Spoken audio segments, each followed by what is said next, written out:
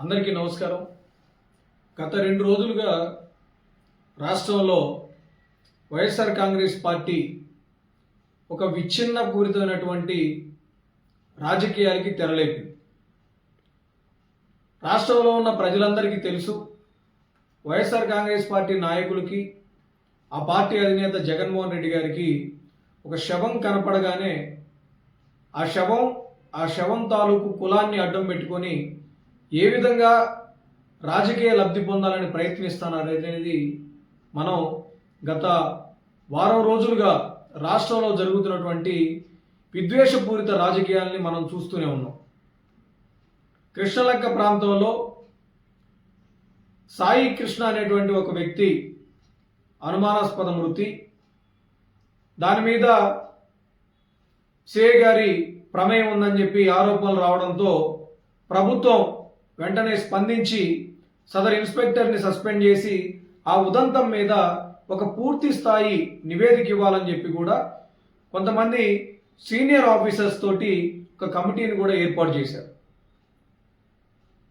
ఇలా కమిటీ ఏర్పాటు చేయటం, సిఐని సస్పెండ్ చేయటం, బాధితులకు అండగా ఉంటాం, న్యాయం చేస్తామని చెప్పి ప్రభుత్వం హామీ ఇవ్వడం, సాక్షాత్తు రాష్ట్ర ముఖ్యమంత్రి గారే పిలిపించుకొని హామీ ఇవ్వడంతో వైఎస్ఆర్ కాంగ్రెస్ పార్టీ కళ్ళు బయలు గమ్మినాయి. అరే, మనం ఇలా ఊహించుకోలేదు కదా, ఇది కాదు కదా మనం ఆశించింది. పూర్తిగా ఈరోజు కూటమి ప్రభుత్వానికి, ముఖ్యమంత్రి చంద్రబాబు నాయుడు గారికి, ఉప ముఖ్యమంత్రి గౌరవనీయులు పవన్ కళ్యాణ్ గారికి ఈరోజు మంచి పేరు వస్తుంది, త్వరగా రెస్పాండ్ అయ్యారని చెప్పి ప్రజలు అనుకునే ప్రమాదం ఉంది. కాబట్టి ఏదో ఒక విధంగా దాన్ని తప్పుదోవ పట్టించాలి, రాజకీయాలు చేయాలి, దుర్మార్గంగా కామెంట్స్ చేయాలి, ముఖ్యంగా పవన్ కళ్యాణ్ గారిని టార్గెట్ చేసి వారిని ఏ విధంగా ఒక ప్రజలకి దూరం చేయాలి అనే ఒక లక్ష్యంతో రకరకాలుగా కామెంట్ చేస్తూ ఉన్నారు. ఒక 2 రోజుల నుంచి వైఎస్ఆర్ కాంగ్రెస్ పార్టీ నాయకుల యొక్క వ్యవహార శైలి చూస్తుంటే, అరే ఏంటి వీళ్ళు ఇంత శుద్ధపూసలుగా తయారయ్యారు సడన్గా. గత 5 సంవత్సరాలు వైఎస్ఆర్ కాంగ్రెస్ పార్టీ అధికారంలో ఉన్నప్పుడు జగన్మోహన్ రెడ్డి గారి దగ్గర నుంచి మొదలుపెట్టి మరి మంత్రులు కానీ, ఎమ్మెల్యేలు కానీ, గ్రామ స్థాయిలో ఉన్న నాయకులు, కార్యకర్తల వరకు ఎంత జుగుప్సాకరమైన భాష మాట్లాడారు. ప్రతిపక్షంలో ఉన్నటువంటి ఆ రోజు తెలుగుదేశం పార్టీ, జనసేన పార్టీ నాయకుల్ని, కార్యకర్తల్ని ఏ విధంగా అవమానించే విధంగా వ్యాఖ్యానించారు, దాడులు చేశారు అనేది ఒకవైపు చూసి ఈరోజు వీళ్ళు ఇప్పుడే వేద పాఠశాల నుంచి బయటకు వచ్చినట్లుగా వీళ్ళు శుద్ధపూస మాటలు మాట్లాడుతూ ఉంటే నిజంగా చాలా ఆశ్చర్యం వేస్తూ ఉంది. ఈరోజు వాళ్ళు మీడియాకు ముందుకు వచ్చి మాట్లాడుతూ ఉన్నారు.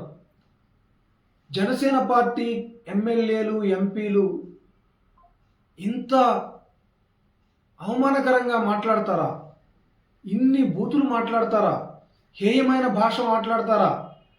అరే, ఈ డైలాగులన్నీ మాట్లాడుతూ ఉంటే దెయ్యాలు వేదాలు వల్లిస్తున్నట్టుంది. ఒకసారి గురువింద గింజ నీతులు చెప్పినట్టుంది, మీ కింద నలుపు చూసుకోండి అని చెప్పి సందర్భంగా వారికి సూచిస్తా ఉన్నా. ఎంత నీచంగా, ఎంత దిగజారిపోయి రాజకీయాల కోసం ఈ విధంగా మాట్లాడటానికి సిగ్గనిపించట్లేదా కొంచెం అన్నా? ఆయన గత మాజీ ఎంపీ మాధవ్ గారు వచ్చి మాట్లాడతాడు. ఆయనంట పోలీసులంట చట్ట ప్రకారం వ్యవహరించలేదు, వారి మీద చర్య తీసుకోవాలి, రాజ్యాంగం ప్రకారం, రాజ్యాంగం మీద ప్రమాణం చేసి వాళ్ళు అధికారంలోకి వచ్చారని చెప్పి మాట్లాడతాడు. ఓకే, అంతవరకు ఓకే. వారు చట్ట ప్రకారం వ్యవహరించలేదు కాబట్టే ప్రభుత్వం ఈ రోజున రెస్పాండ్ అయ్యి ఆ సిఐని సస్పెండ్ చేసింది, హై లెవెల్ కమిటీని ఎంక్వైరీ కోసం నియమించింది. మరి ఇవన్నీ ఎందుకు ఆ సదరు ఎక్స్ మాజీ పోలీస్ అధికారికి, మాజీ ఎంపీ గారికి ఎందుకు కనపడట్లేదు? ఈ ఎంపీ గారికి ఒక విషయం గుర్తు చేస్తా. అలాగే ఆ పార్టీలో ఉండి ఈరోజు ప్రెస్ మీట్లు పెట్టి పవన్ కళ్యాణ్ గారి మీద, జనసేన పార్టీ ఎమ్మెల్యేల మీద, ఎన్డీఏ కూటమి ప్రభుత్వం మీద మాట్లాడుతున్నటువంటి వాళ్ళందరికీ కూడా నేను చెప్పదలుచుకున్నా. దయచేసి ఒకసారి గతంలో అధికారంలో ఉన్నప్పుడు నాటి ముఖ్యమంత్రి గారు వైఎస్ జగన్మోహన్ రెడ్డి గారు తెలంగాణలో జరిగినటువంటి ఒక దిశ ఎన్కౌంటర్కి రెస్పాండ్ అవుతూ ఏ విధంగా మాట్లాడారు? మర్చిపోయారా? ఆ రోజు మీరందరూ అసెంబ్లీలో ఉన్నారుగా. మరి ఆ రోజు జగన్ అన్న అడగాలి కదన్నా, అట్లా కాదన్నా, అట్లా మాట్లాడొద్దన్నా, తప్పన్నా అది అని చెప్పి జగన్మోహన్ రెడ్డి గారికి సూచించాలి కదా. సూచించకుండా ఆ రోజు బల్లాలు జరిచి చప్పట్లు కొట్టి జగన్మోహన్ రెడ్డి గారి లాంటి వ్యక్తి ఇంకా లేడు రాబోడు అన్న విధంగా మీరు పొగిడి ఆయన మాట్లాడిన మాటల్ని మీరందరూ కూడా సమర్థించిన మీరు ఈరోజు కృష్ణలంక ఉదంతం మీద ఇంత దిగజారిపోయి మాట్లాడటం అనేది నిజంగా హాస్యాస్పదంగా ఉంది. ఒకసారి జగన్మోహన్ రెడ్డి గారు ఏం మాట్లాడారు అనేది ఒకసారి చూసి కనీసం సిగ్గనే తెచ్చుకోండి. ఇదే పెద్ద మనిషి అసెంబ్లీలో కూర్చొని చాలా కరెక్ట్ గా చేశారు. తెలంగాణ ప్రభుత్వం ఈ పెద్ద మనిషి ఎంకరేజ్ చేస్తారు, మళ్ళీ చప్పట్లు కొడతారు. They have done something what is historic. In fact, I'd say once again, on this floor of the house, that hats off to Telangana police, hats off to KCR and కారణం ఏంటంటే అధ్యక్ష, వాళ్ళు respond అయిన తీరును కూడా ఎవరు కూడా తప్పు పట్టాల్సిన తీరే కాదు అధ్యక్ష. వాళ్ళు రెస్పాండ్ అయ్యారు. చట్టానికి అర్థం వచ్చే విధంగా 4 అడుగులు ముందుకేసి చేయాల్సింది చేశారు అధ్యక్ష. చేసినందువల్ల ఏం జరిగింది అధ్యక్ష? చేసిన తర్వాత నేషనల్ హ్యూమన్ రైట్స్ కమిషన్ అని చెప్పి ఒక ఎంక్వైరీ, అందరూ తాగిపోలేదు. మన సుప్రీం కోర్టులో నుంచి మళ్ళీ ఎంక్వైరీలు, మళ్ళీ జడ్జిలతో కూడిన మళ్ళీ అసలు ఒక సెట్ అంట, ఒక కమిటీ అంట, మళ్ళీ వాళ్ళు వచ్చి మళ్ళీ ఎంక్వైరీలు. వీళ్ళంతా వచ్చి ఎంక్వైరీలు వచ్చి ఏం చేస్తారు అధ్యక్ష? వీళ్ళంతా వచ్చి ఎంక్వైరీ చేసేది ఏంటి అధ్యక్ష? వీళ్ళంతా చేసేది ఏమిటి? కాల్చిన పోలీసులు తప్పు చేశారు, తప్పు జరిగిన ఈ పిల్లాడైనా కానీ చేసిన తప్పు కోర్టులు ఉన్నాయి, కోర్టు ఈ పిల్లాడిని ప్రొడ్యూస్ చేయమని చెప్పి సమన్ చేసింది. వీళ్ళు చేయాల్సింది ఏంటి? ఆ పిల్లాడిని తీసుకొని రావడం, కోర్టుకు ఇది అప్పుడు తెలంగాణలో జరిగినటువంటి దిశ ఎన్కౌంటర్ ని సపోర్ట్ చేస్తూ గౌరవ మాజీ ముఖ్యమంత్రి గారు మాట్లాడినటువంటి మాటలు. ఏం మాట్లాడతారు ఈయన? తెలంగాణ పోలీసులంట చారిత్రాత్మకమైనటువంటి ఒక కార్యక్రమాన్ని చేశారంట. 4 అడుగులు ముందుకేసి గొప్ప కార్యక్రమాన్ని చేశారు. ఆ కార్యక్రమం జరిగిన తర్వాత హ్యూమన్ రైట్స్ కమిషన్ ఎంక్వైరీ వచ్చిందంట, ఇంకోటంట. ఆ కమిషన్ ఎంక్వైరీ చేసి ఏం చేస్తాయని చెప్పి ఆ రోజు పొగిడిన మీరు అసెంబ్లీ సాక్షిగా మాట్లాడిన మాటలు ఇవన్నీ కూడా మరి గౌరవనీయులైన మాజీ ముఖ్యమంత్రి గారికి అప్పుడు ఒక న్యాయం, ఇప్పుడు ఒక న్యాయమా? ఆ రోజు మరి కోర్టులు ఉన్న సంగతి ఎందుకు గుర్తురాలేదు? దీనికి చట్టం ఉందన్న సంగతి ఎందుకు గుర్తురాలేదు? సడన్గా ఈరోజు ఒక శవం కనపడేసరికి ఆ శవం తాలూకు కులాన్ని కనుక్కొని ఆ కులంలో ఎలా విచ్ఛిన్నత సృష్టించాలి, ఆ కులం ఓటు ఎలా లాక్కోవాలని చెప్పి ఒక కుట్ర పన్ని మీ పార్టీ నాయకులందరినీ కూడా అదుపు లేకుండా మాట్లాడే విధంగా ఈరోజు మీడియా మీద తోలారు. ఈరోజు జక్కంపూడి రాజా గారు మాట్లాడుతూ ఉన్నారు మీడియా ముందుకు వచ్చి. ఎవరు ఒక్క విషయం అర్థం చేసుకోండి, జగన్మోహన్ రెడ్డి గారు మాట్లాడిన మాటని ఏం సమాధానం చెప్తారు మీరు ఈ రోజున? ఈరోజు కూటమి ప్రభుత్వం బాధ్యతగా వ్యవహరించింది, ఎంక్వైరీ వేసింది, ఆఫీసర్ని సస్పెండ్ చేసింది. మరి గతంలో కేసీఆర్ గారు చేసినటువంటి ఆ కార్యక్రమాన్ని సమర్థించి పొగిడి అది చారిత్రాత్మక సంఘటన అని చెప్పినటువంటి జగన్మోహన్ రెడ్డి గారు ఆ రోజు ఆ వ్యాఖ్యలు సమర్థించిన మీరంతా మరి ఈరోజు మీడియా ముందుకు వచ్చి సన్నాయి నొక్కులేంటి? అంటే ఎవరిని తప్పుదోవ పట్టించాలని, ఏ విధమైన విద్వేషాలు సృష్టించాలని మీరు ఈరోజు ఆలోచిస్తూ ఉన్నారు? ఇలాంటి దరిద్రమైనటువంటి రాజకీయాలు చేయొద్దు. ఈరోజు ప్రజలందరూ కూడా మీరు చేస్తున్నటువంటి విద్వేషపూరితమైనటువంటి నీచమైనటువంటి రాజకీయాలను అబ్జర్వ్ చేస్తూ ఉన్నారు. ఒకసారి కృష్ణలంక ప్రాంతంకి వెళ్ళి ప్రజల అభిప్రాయాలు తెలుసుకోండి. నిజంగా పోలీసులు చట్టాన్ని చేతుల్లోకి తీసుకొని ఏదైనా తప్పు చేసి ఉంటే ఖచ్చితంగా వాళ్ళకి చట్టం ప్రకారం శిక్ష పడుతుంది. ఆ రోజు మీ జగన్మోహన్ రెడ్డి గారు ఎన్హెచ్ఆర్సీ వచ్చిందంట, వాళ్ళు ఎంక్వైరీ చేస్తారంట, మరో ఎంక్వైరీ అంట, ఇవన్నీ ఏం చేస్తారని చెప్పి మాట్లాడిన జగన్మోహన్ రెడ్డి గారు ఈరోజు మరి మీ నాయకులు సిబిఐ ఎంక్వైరీ కావాలి, ఇంకో ఎంక్వైరీ కావాలని ఎందుకు అడుగుతా ఉన్నారు? ఎలా సబ్స్టాన్షియేట్ చేస్తారు మీరు దీన్ని? కూటమి ప్రభుత్వానికి ప్రజల్లో పెరుగుతున్నటువంటి ఆదరణను తట్టుకోలేక, పవన్ కళ్యాణ్ గారు చేస్తున్నటువంటి అభివృద్ధి వల్ల ప్రజల్లో వారికి పెరుగుతున్నటువంటి మద్దతుని తట్టుకోలేక, ఇప్పటికే 11 సీట్లకి పరిమితం అయిపోయాం, భవిష్యత్తులో అసలు అవి కూడా రావేమని చెప్పి భయాందోళనకు గురయ్యి ఒక వర్గం నాయకుల్ని రెచ్చగొట్టి మీటింగులు పెట్టించి, ప్రెస్ మీట్లు పెట్టించి, ఎలా పడితే అలా విచ్చలవిడిగా కూటమి పార్టీలో ఉన్న నాయకుల మీద మాట్లాడడానికి కొంచెమన్నా సిగ్గనిపించట్లేదా? ఆ రోజు అసెంబ్లీ సాక్షిగా మీ ముఖ్యమంత్రి గారు జగన్మోహన్ రెడ్డి గారు అప్పుడు అసెంబ్లీలో ఉన్న సమయంలోనే అప్పుడు ప్రతిపక్ష నేతగా ఉన్నటువంటి చంద్రబాబు నాయుడు గారిని, జనసేన పార్టీ అధినేతగా ఉన్నటువంటి గౌరవనీయులు శ్రీ పవన్ కళ్యాణ్ గారిని ఎంత అవమానకరంగా మీ పార్టీ ఎమ్మెల్యేలు మాట్లాడారు. మరి ఆ రోజు ఈ సన్నాయి నొక్కులేయి ఎందుకు అడగలేదు? ఆ రోజున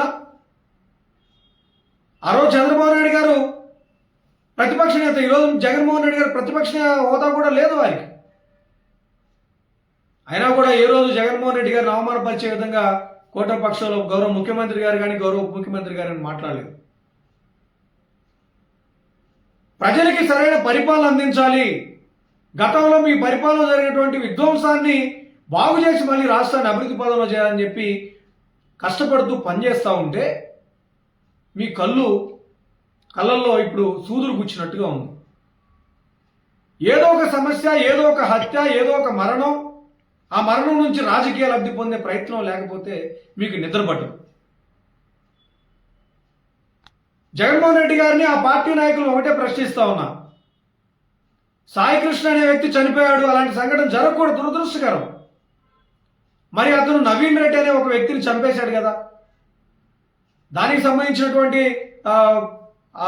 వ్యాఖ్యలు కూడా ఉన్నాయి కదా, వార్తలు ఉన్నాయి కదా. మరి పవన్ కళ్యాణ్ గారిని సాయికృష్ణ చనిపోయినప్పుడు పరామర్శించలేదని చెప్పి ప్రశ్నిస్తున్న మిమ్మల్ని నవీన్ రెడ్డిని ఎందుకు ప్రశ్నించలేదని చెప్పి అడిగితే ఏం సమాధానం చెప్తారు? నవీన్ రెడ్డి కూడా ఏదో తల్లికి జన్మించి ఉంటాడు కదా, ఆ తల్లికి కూడా గర్భశోకం ఉంటుంది కదా, మరి ఆమెను కూడా పరామర్శించాలి కదా. ఎందుకంటే అక్కడ రాజకీయ లబ్ధి లేదు, రాజకీయంగా ఎలాంటి ఉపయోగం ఉండదు. సాయికృష్ణ కాపు కాబట్టి, కాపు సామాజిక వర్గం కాబట్టి పవన్ కళ్యాణ్ గారు పరామర్శించలేదు, కూటమి ప్రభుత్వం పట్టించుకోలేదని చెప్పి ప్రెస్ మీట్లు పెట్టిస్తే, పరామర్శిస్తే కాపులు గొంపగొత్తుగా వచ్చి మన దగ్గరికి వస్తారని చెప్పి ఒక దురాశ, అప్రజాస్వామికమైనటువంటి రాజకీయ విధానం, ఇంతకంటే నీచమైనటువంటి రాజకీయాలు ఏమైనా ఉన్నాయా జగన్మోహన్ రెడ్డి గారు అని చెప్పి సందర్భంగా ప్రశ్నిస్తా ఉన్నాం. కూటమి ప్రభుత్వం వచ్చిన తర్వాత అన్ని వ్యవస్థలు చాలా చక్కగా పనిచేస్తూ ఉన్నాయి. రాజమండ్రిలో సీతానగరం ప్రాంతంలో ఒక దళిత యువకుడిని శిరోమండనం చేస్తే పోలీస్ స్టేషన్ సాక్షిగా, మరి ఆ రోజు ఎందుకు పోలీసుల మీద చట్టపరమైన చర్యలు తీసుకోలేదు, వాళ్ళని ఎందుకు విధుల్లోంచి తప్పించలేదు, సస్పెండ్ చేయలేదు, డిస్మిస్ చేయలేదు? మరి ఇప్పుడు సన్నాయి నొక్కులు నొక్కుతున్న గోరంట్ల మాధవ్ ఎక్స్-ఎంపీ గారు ఏం చెప్తారు? నడి రోడ్డు మీద ఒక దళిత డాక్టర్ని పిచ్చోడని ముద్రేసి చంపేస్తే ఆ రోజు వైఎస్ఆర్ కాంగ్రెస్ పార్టీలో ఉన్నటువంటి నాయకులు ఎందుకు మాట్లాడలేదు? ఎందుకు ఎంక్వైరీ కోరలేదు ఆ సంఘటన మీద? మాస్క్ పెట్టుకోలేదన్న కారణంతో ఒక కుర్రాన్ని పోలీసులు కొట్టి చంపేస్తే ఆ రోజు ఏమైపోయాయి ఈ చట్టాలు, ఈ రాజ్యాంగం మీద ప్రమాణాలు? ఆ రోజు ఎక్కడ దాక్కున్నారు? ఈ రోజు వచ్చి మీడియా ముందుకు వచ్చి మాట్లాడేవాళ్ళు. సో దయచేసి ఇలాంటి విచ్ఛిన్నపూరితమైనటువంటి రాజకీయాలు చేయొద్దు. మీ పరిపాలనలో పంచాయతీరాజ్ డిపార్ట్మెంట్ ఉందనేది కూడా ఎవరికి తెలియదు. కానీ కూటమి ప్రభుత్వం వచ్చిన 2 సంవత్సరాలు, 5 సంవత్సరాల కాలంలో మీరు చేయలేని పని 8 నెలల్లోనే గౌరవ ముఖ్యమంత్రి వర్యులు శ్రీ పవన్ కళ్యాణ్ గారు చేసి చూపించారు. వేలాది కిలోమీటర్ల రోడ్లు నిర్మించి చూపించారు, ప్రజలకు అభివృద్ధి రుచి చూపించారు. మీలాగా విద్వేషాలు చూపించలేదు. యువతకు అందరికీ కూడా రాష్ట్రం మీద, రాష్ట్రంలో ఉన్నటువంటి పరిపాలనా వ్యవస్థ మీద ఒక నమ్మకం కలిగించారు. ప్రజలకు ఏదైనా సమస్య వస్తే ప్రభుత్వం మన దగ్గరకు వస్తుంది, పరిష్కరిస్తుందని చెప్పి ఒక నమ్మకాన్ని, ఆత్మవిశ్వాసాన్ని ప్రజల్లో కల్పించారు. ఇవన్నీ తట్టుకోలేక మీ ఇష్టం వచ్చినట్టు కామెంట్ చేస్తూ ఉంటే ప్రజలు చూస్తూ ఊరుకోరు. ఒకటే హెచ్చరిస్తూ ఉన్నాం. వీళ్ళు ఇంకోటి చెప్తా ఉన్నారు, జగన్మోహన్ రెడ్డి గారంట వీళ్ళకి సంస్కారం నేర్పాడంట. నిజంగా నవ్వాలో ఏడవాలో కూడా అర్థం కావట్లేదు మీరు మాట్లాడుతూ ఉంటే. జగన్మోహన్ రెడ్డి గారు ఆయన మీకు నేర్పిన సంస్కారం గత 5 సంవత్సరాలు మీ నోట్ల ద్వారా వాంతి చేసుకున్న మాటల్ని రాష్ట్ర ప్రభుత్వం మొత్తం గమనించింది. ఎంత జుగుప్సాకరంగా, ఎంత నీచంగా మీరు బిహేవ్ చేశారనేది. ఈరోజు వచ్చి మీడియా ముందు ఏదో సన్నాయి నొక్కులు నొక్కితే, బేదేడుపులు ఏడిస్తే ఎవరు ప్రజలు అమాయకులు కాదు. కాబట్టి ఇదే హెచ్చరిస్తా ఉన్నాం. ఒళ్ళు దగ్గర పెట్టుకొని మాట్లాడిన మీడియాతో మాట్లాడేటప్పుడు, పవన్ కళ్యాణ్ గారి గురించి కామెంట్ చేసేటప్పుడు జాగ్రత్తగా మాట్లాడాలి. మీ అతి ప్రవర్తన వల్ల, మీ దుర్మార్గాల వల్ల, మీ అక్రమాల వల్ల 151 నుంచి 11కి పడిపోయారు. ఇప్పుడైనా సిగ్గు తెచ్చుకోండి, ఇప్పుడైనా బుద్ధి తెచ్చుకోండి. ప్రజల కోసం, ప్రజల సంక్షేమం కోసం, రాష్ట్ర అభివృద్ధి కోసం పనిచేస్తున్నటువంటి కూటమి ప్రభుత్వం మీద బురద జల్లాలి, ప్రజల్లో వ్యతిరేకత సృష్టించాలని చెప్పి మీరు కనుక ప్రయత్నిస్తే ఆ పప్పులు ఉడకవు. ఖచ్చితంగా రాష్ట్రంలో ఎన్డీఏ కూటమి, గౌరవ ముఖ్యమంత్రి గారు, గౌరవ ఉప ముఖ్యమంత్రి గారి యొక్క నాయకత్వంలో ప్రజలందరికీ కూడా ఒక బలమైన నాయకత్వాన్ని, నికార్సైన అభివృద్ధిని, సంక్షేమాన్ని అందిస్తాయని చెప్పి సందర్భంగా తెలియజేస్తూ, ఇలాంటి చౌకబారు వ్యవహారాన్ని మానుకోవాలి. చౌకబారు వ్యాఖ్యలు చేస్తున్నటువంటి వైఎస్ఆర్ కాంగ్రెస్ పార్టీ నాయకుల్ని కట్టడి చేయాలని చెప్పి కూడా జగన్మోహన్ రెడ్డి గారికి ఈ సందర్భంగా తెలియజేస్తా ఉన్నాం. నమస్కారం.